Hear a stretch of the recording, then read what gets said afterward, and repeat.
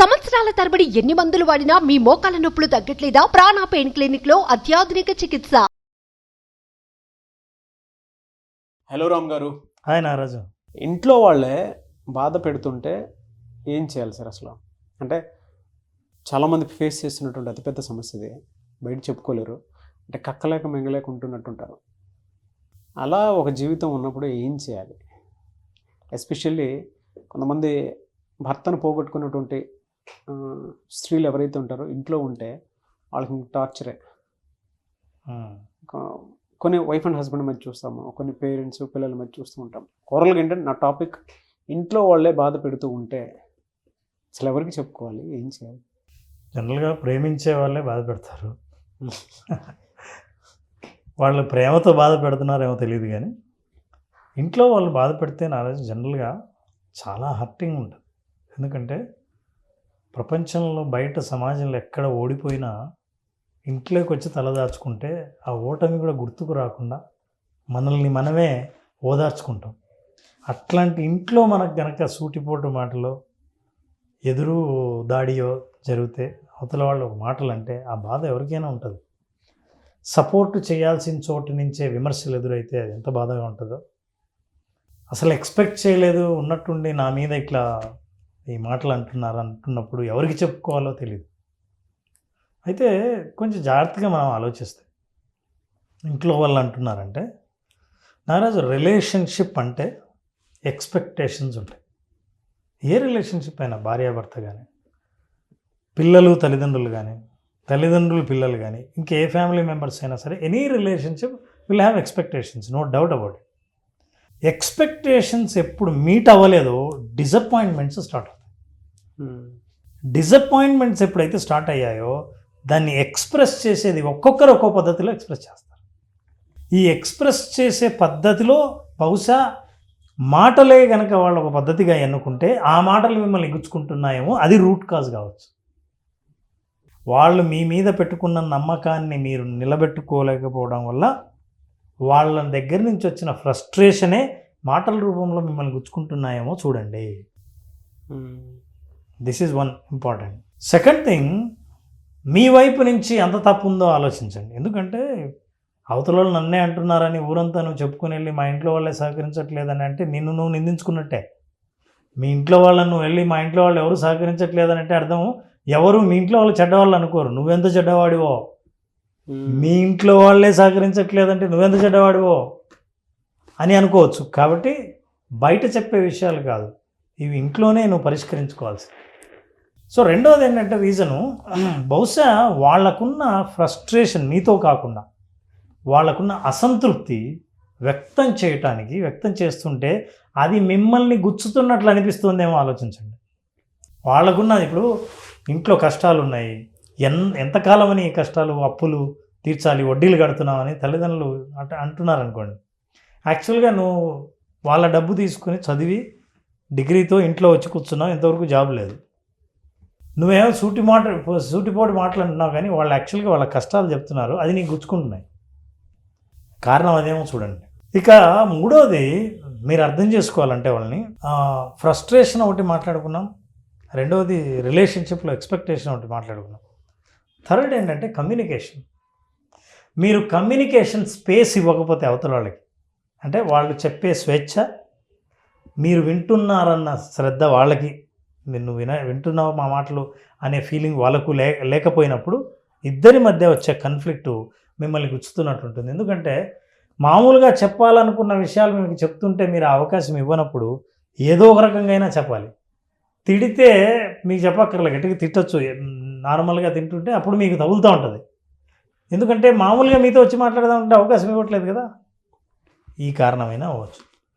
ఈ 3 రూట్ కాజుల ద్వారా ఇంట్లో వాళ్ళు సూటిపోటి మాటలు అంటున్నారు, ఎలా హ్యాండిల్ చేయాలన్న ఆలోచన రావడానికి అవకాశం ఉంది. మనిషి అంత సెల్ఫ్ పిటీలోకి ఎందుకు వెళ్ళిపోతుంటారు సార్? తన మీద తనకే జాలి, అంటే ఇంట్లో వాళ్ళు అంటున్నారు అనేటువంటి దాంట్లో టూ మచ్ సెల్ఫ్. మీరు ఇందాక ఒక మాట అన్నారు, నువ్వు ఎంత చెడ్డవాడివో ఇంట్లో వాళ్ళ మీద కంప్లైంట్ ఇస్తున్నావు అని అంటే, ఆ పాయింట్ కూడా రైజ్ అవుతుంది. బట్ వీళ్ళు అంత సెల్ఫ్ పిటీలోకి ఎందుకు వెళ్ళిపోతారు, అంటే నిస్సహాయతలోకి ఎందుకు వెళ్ళిపోతారు? ఎందుకు వెళ్ళిపోతారంటే నారాజు, అవతల వాళ్ళ మాటల పైన దృష్టి ఉంచి మాటల వెనకాల ఉన్న ఎమోషన్స్ని నువ్వు పట్టించుకోకపోతే నువ్వు లోపలికి వెళ్ళిపోతావు. ఎందుకు వీళ్ళు ఇలా మాట్లాడుతున్నారని. అందుకే ఇట్లా ఫీల్ అయ్యే వాళ్ళు చేయాల్సిన పని ఏంటంటే వాళ్ళతో కూర్చుని మాట్లాడాలి. మీరు ఎందుకు ఈ మాట నన్ను అనవలసి వచ్చింది అనే నిజాన్ని తెలుసుకునే ప్రయత్నం వాళ్ళ దగ్గర కూర్చొని మాట్లాడాలి. మీరు ఆ అవకాశం ఇవ్వలేదు కాబట్టి వాళ్ళు నీకు ఇట్లా తగులుతుందేమో అని అంటున్నారేమో. So what is there frustration? You have to speak to them, open with them with all your feelings. And దీని వెనకాల మాటల వెనకాల ఉన్న ఎమోషన్ని అర్థం చేసుకోండి. ఏంటి వాళ్ళ బాధ, ఏ బాధ నుంచి ఈ మాటలు వస్తున్నాయో అర్థం చేసుకోవాలి. ఒకటి. రెండోది, మీకు ఎందుకు అంత సెల్ఫ్ పిటి, ఎందుకు అట్లా అని అనిపిస్తుంది అంటే మీ తప్పులు మీకు కనపడలా. ఎదుటి వాళ్ళ నుంచి తప్పుల్ని మీరు చూస్తున్నారు కానీ మిమ్మల్ని మీరు చూసుకోవట్లేదేమో. మీ లోపాలని ఎట్లా చెప్పాలో తెలియక వాళ్ళు వాడే భాష మిమ్మల్ని గుచ్చుకుంటూ అన్నట్టు ఉంటుంది. కాబట్టి మీ లోపాలు, మీరు చేయవలసిన బాధ్యతలు ఏవి చెయ్యలేదో ఒకసారి ఆలోచించండి. ఎప్పుడైతే మనం చేయాల్సిన పని చేయకపోతే అవతల వాళ్ళు ఏమన్నా నన్నే అంటున్నారని అనిపిస్తుంది. ఎక్కడో ఆ లోపం ఎక్కడుందో ఒకసారి వెతికి పట్టండి. ఇవి రెండు చేసిన తర్వాత now what you need to do is that you have to prove your self is important. What is that you have to prove? నీ పాత్ర, నీ వయసు, నువ్వు చేయవలసిన పని, నీ లక్ష్యము, ఇవన్నీ మనసులో పెట్టుకుంటే ఇప్పుడు నేను ఎక్కడ ఉండాలి, అక్కడ ఉన్నానా లేదా. Understanding the reality. Understand the reality. Real time సినారియోని అండర్స్టాండింగ్ కాదు, యాక్సెప్ట్ ఇట్. నేను వాళ్ళ పొజిషన్లో ఎలా ఆలోచిస్తానో ఒక్కసారి ఆలోచిస్తే వాళ్ళు ఎందుకు ఆ మాట అంటున్నారు, ఎందుకు బాధ పెడుతున్నారు, వాళ్ళు శత్రువులా మన మిత్రులా అని. అందుకే నేను అన్నది, ప్రేమించిన వాళ్ళకి ఫ్రస్ట్రేషన్ ఉంటుంది. పక్కింటి వాడికి జాబ్ రాలేదనుకోండి, ఇంట్లో కూర్చొని అందరం ఏడుస్తామా, డిస్కస్ చేస్తామా, కొట్లాడుకుంటామా? పక్కింటి వాడికి సంబంధం లేదు. నువ్వు మా పిల్లోడివి, మా అమ్మాయివి, నేను మా ఎక్స్పెక్టేషన్స్కి మీట్ అవ్వలేదు, ఫ్రస్ట్రేషన్లో ఉన్నాం, అందుకే బాధపడుతున్నాం. అది మాకు ఎట్లా బాధలు వ్యక్తం చేయాలో తెలియక ఆ ఫ్రస్ట్రేషన్ని వ్యక్తం చేస్తున్నాం. ఇంట్లో ఫ్యామిలీ మెంబర్స్ కంటే మన మంచి కోరే వాళ్ళు ఎవ్వరూ ఉండదు. ఎందుకంటే nobody is taking salary for your happiness. నీ సంతోషం కోసం ఎవ్వరు జీతాలు తీసుకోవట్లేదు. ఒక్క ఇంట్లో వాళ్ళు తప్ప నీ సంతోషాన్ని కోరుకునే వాళ్ళు ఎవరు లేరు. ఇది నమ్మితే మీరు మాట్లాడాల్సింది ఏంటంటే నేను ఏ ఏరియాలో డెవలప్ అవ్వాలి, ఈ మాటలు నన్ను గుచ్చుకునేటట్లు ఎంతవరకు అలో చేయాలి అనేది important. And the most important, మీరు కమ్యూనికేట్ ఎలా చేస్తారు. రెండు విషయాలు. అంటే అవతల వాళ్ళని అర్థం చేసుకున్నాక మీరు మాట్లాడాల్సిన పద్ధతి. ఎందుకంటే జనరల్గా ఇట్లాంటి పరిస్థితుల్లో ఎదురు తిరగడమో, వీళ్ళు కూడా మాటలు అనడమో, వాళ్ళని అపార్థం చేసుకోవడమో, వీళ్ళ గురించి బయట దుష్ప్రచారం చేయడమో ఇది జరుగుతుంది. మా ఇంట్లో వాళ్ళే అంటున్నారని. అందుకే మీరు యూ లర్న్ ఐ స్టేట్మెంట్స్. మీరు ఆ మాట అంటున్నప్పుడు నేను చాలా బాధపడుతున్నాను, నాకెందుకో ఫెయిల్ అయిన ఫీలింగ్ కలుగుతుంది, నాకెందుకో పనికిరానట్లు నేను పనికిరానేమో అనిపిస్తుంది, నేను ఆత్మవిశ్వాసం కోల్పోదు, నేనే మీరు ఇట్లా అంటున్నారు, మీరు ఈ మాటలు మాట్లాడుతున్నారు అని అనకుండా ఎప్పుడైతే అంటారో అప్పుడు మీరు బాధ్యత తీసుకుంటున్నట్లు లెక్క. నేను ఇలా ఫీల్ అవుతున్నాను అని అన్నప్పుడు అప్పుడు వాళ్ళు చెప్తారు, నువ్వు అలా ఎందుకు ఫీల్ అవుతున్నావు, ఇది చేయకపోతే నువ్వు ఫీల్ అవ్వవు కదా, నువ్వు ఇది సాధించుంటే నీకు ఆ ఫీలింగ్ రాదు కదా అని చెప్పొచ్చు. సో అనే స్టేట్మెంట్ తీసుకోండి. రెండోది, నిజంగా ఎవరన్నా రెగ్యులర్గా బాధ పెడుతుంటే అలవాటు ప్రకారం ఇంట్లో మీరు పరిధుల్ని ఎట్లా నిర్ణయించుకోవాలో చూడండి. పరిధులు ఉండాలి. అంటే ఏ విషయాలు మాట్లాడాలి, ఏ విషయాలు మాట్లాడకూడదు, ఏ విషయాలని ట్రిగ్గర్ చేయాలి, ఏ విషయాలను చేయకూడదు, ఎవరిని ఎంతవరకు ఎంటర్టైన్ చేయాలి, ఫ్యామిలీ మెంబర్స్ అయినా. ఎందుకంటే మోస్ట్ ఇంపార్టెంట్ నారాజు మన వెల్బీయింగ్ ఇంపార్టెంట్. పీస్, మానసికంగా పీస్ ఇస్ చాలా ఇంపార్టెంట్. మన పీస్ని కాపాడుకోవడానికి ఎవరిని ఎక్కడ ఉంచాలో అక్కడ ఉంచండి. ఒకవేళ అనవసరంగా మాట్లాడుతున్నారు అనుకుంటే, ఇది నేర్చుకోకపోతే మీరు వాళ్ళ జోన్లోకి ఎంటర్ అవుతారు, వాళ్ళు మీ జోన్లోకి ఎంటర్ అవుతారు, కాన్ఫ్లిక్ట్స్ స్టార్ట్ అవుతాయి.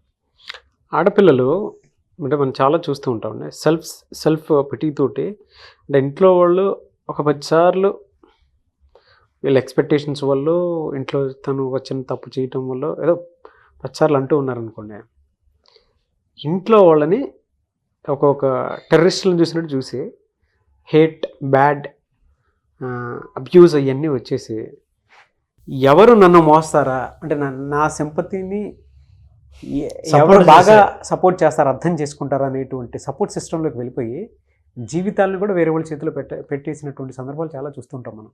ఆ. అలా ఎలా సార్ అసలు దాన్ని ఎలా తీసుకోవాలి మనం? అది ఇంపల్సివ్ నేచర్ నారాజు. అంటే ఇంపల్సివ్, మనిషిలో ఉన్న లోపల ఉన్న ఇంపల్సివ్ నేచర్. ఒక ఇబ్బంది వస్తూనే ఇబ్బంది నుంచి తప్పించుకోవడానికి పారిపోయి పెన్నం మీద నుంచి పొయ్యిలో పడతారు. కాలిపోవటమే అంతే, కాలిపోవడం. అంటే పడతారంటే గ్యారంటీగా పొయ్యిలో పడతారని తెలియదు కానీ, బట్ ఇక్కడి నుంచి పారిపోయే ప్రయత్నమే తప్ప మీరు పరిష్కరించే ప్రయత్నం చేయట్లేదు అని. మీరు ఎప్పుడైతే పరిష్కరించే ప్రయత్నం చేస్తారో మీ గురించి ఆలోచిస్తారు, నేనేమన్నా ఇంప్రూవ్ చేయాలా, వాళ్ళు ఎందుకు మాట్లాడుతున్నారు అని. అలా కాకుండా వీళ్ళతో అనిపించుకోకూడదు, అదే ముఖ్య ఉద్దేశం. నేను ఎన్ని తప్పులు చేసినా పర్వాలేదు, వీళ్ళు అనకూడదు అనుకుంటే పారిపోవడానికి ట్రై చేస్తారు. Fight or flight. ఫైట్ అయితే వాళ్ళతో కూర్చొని తేల్చుకోండి, ఫ్లైట్ అయితే ఇంట్లోంచి పారిపోతారు. సో ఫైట్లో మీ గురించి మీకు చాలా విషయాలు తెలుస్తాయి. మీరు మీ ఫ్యామిలీ మెంబర్స్ని ఇంకా బాగా అర్థం చేసుకునే అవకాశాలు దొరుకుతాయి.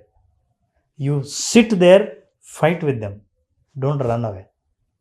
పారిపోతే సమస్య పారిపోదు, మీరు పారిపోతున్నారు. సమస్య ఎప్పుడు ఏదో ఒక రోజు మీరు దాన్ని ఫేస్ చేయాల్సిందే.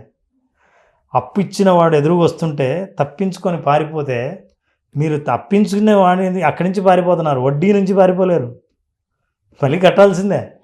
సో ఇట్లాంటి సమస్యల్ని తేల్చుకోవడానికి ప్రయత్నించండి, కానీ సామరస్యంగా ఫ్యామిలీ మెంబర్స్తో అర్థం చేసుకోవడానికి ప్రయత్నిస్తే, వాళ్ళు మిమ్మల్ని అర్థం చేసుకోవడానికి ప్రయత్నిస్తే సజావుగా ఉంటాయి కుటుంబ సంబంధాలు. లేదా ఇతరులను బ్లేమ్ చేయడం మొదలు పెడితే, ఈ బ్లేమ్ గేమ్లో మీరే కరెక్ట్ అనే భ్రమలో మీరు ఏ మార్గంలో వెళ్తున్నారో మీరు అర్థం కాదు. కానీ ఫ్యామిలీ మెంబర్స్ కంటే మన మంచి కోరేవాళ్ళు ఎవరైనా అది సెకండరీయే తప్ప ప్రైమరీ కాదు. ఇది తెలుసుకోవాలి. చాలా మీనింగ్ఫుల్ వర్డ్స్ చెప్పారు.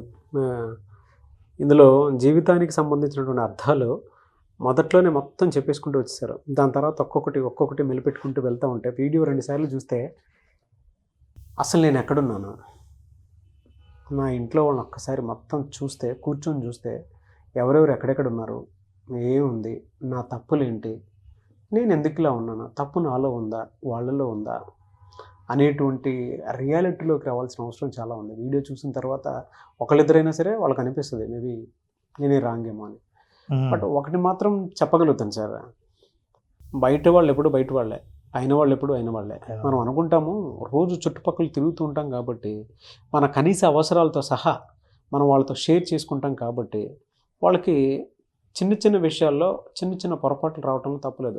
అది చిన్నగా పెద్దగా అయ్యేటువంటి అవకాశం ఉండొచ్చు. కానీ అందులో హాఫ్ ఆఫ్ అంటే 50-50లో చూసుకుంటే నీది కూడా 50% ఉంది అనేటువంటి విషయం గమనించాలి, అవసరం కూడాను. ఎందుకంటే ఒకటి నువ్వు కమ్యూనికేట్ చేసే పద్ధతి నీది బాగోకపోయి ఉండొచ్చు, లేదా అవతల చెప్పిన వాళ్ళ విషయాన్ని అర్థం చేసుకునే స్థితి నీకు లేకపోయి ఉండొచ్చు. 3 వీళ్ళ దృష్టికోణం ఎప్పుడూ కూడా ఇంకా ఒకటే ప్యాటర్న్లో negative thinking, over thinking, blame game దీంట్లోనే ఉండొచ్చు. సింపుల్గా చెప్పాలంటే మూర్ఖత్వంలో బతకడం దాన్ని. సో అది ఎప్పటికైనా తప్పే. ఇంట్లో వాళ్ళని బ్లేమ్ చేస్తున్నావు అని అంటే నిన్ను బ్లేమ్ చేసుకున్నట్టే. నీ ఇంట్లో వాళ్ళు బాగాలేరు అని అంటే అక్కడి నుంచి వచ్చిన సీడ్వి వాళ్ళ మొక్కై పెరుగుతున్నావు అని అంటే, ఆ సీడ్ బాగాలేదని అంటే దానికి కారణము అంటే నువ్వు మాత్రమే బాగుండి వాళ్ళు బాగాలేరు అని అంటే ఆటోమేటిక్గా అక్కడ సీడే కదా, ఇది ఆ చెట్టే కదా. వాళ్ళు బాగాలేరంటే నువ్వు కూడా బాగాలేను. ఆ విషయం రియాలిటీలోకి వస్తే ఒకటే విషయం నారాజు, మీరు ఏదైనా సాధిస్తే మీ వెనకాల మీరు లేకపోయినా మీ గురించి మంచిగా చెప్పేవాళ్ళు ఒక కుటుంబ సభ్యులే. ఎస్ అనుకుంటాం సార్, బయట 10 మందితో తిరిగిన బయటోళ్ళే అయినోళ్ళే, no doubt. Anyways thank you so much Ram garu. Thank you Naraju.